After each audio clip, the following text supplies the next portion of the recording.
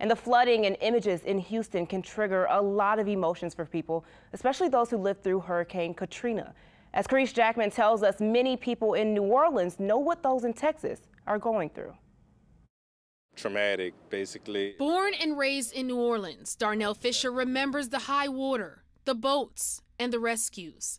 Tropical Storm Harvey, a grim reminder of his life during Hurricane Katrina nearly 12 years ago. One of my coworkers who also went through Katrina, he said he was having flashbacks, just remembering exactly what happened, and he had to have a moment simply because it was emotional for him to know that somebody else is going through such a traumatic experience. He's constantly checking on his Houston friends, many of them losing their belongings. Lost a lot of property, a lot of materialistic things, but so far no one's lost their lives, and we're just thanking God for that. The people who evacuated from here and have moved to Houston, naturally, this is going to bring up fears for them again. Joy Osofsky, professor of pediatrics and psychiatry at the LSU Health Sciences Center, says those fears are hard to relive. Certainly the pictures on television can make people feel very frightened again, and also can make them feel anxious. You can have difficulty sleeping, you can have nightmares.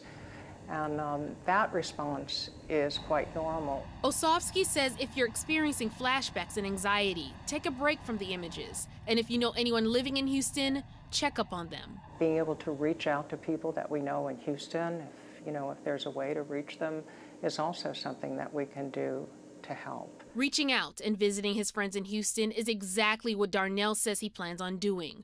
Knowing the pain and frustration, it's the least he can do for a state who helped him in his time of need. They showed love to us. I felt the love. We send the same love back. As long as everything's going to be okay, we just got to put our faith in each other.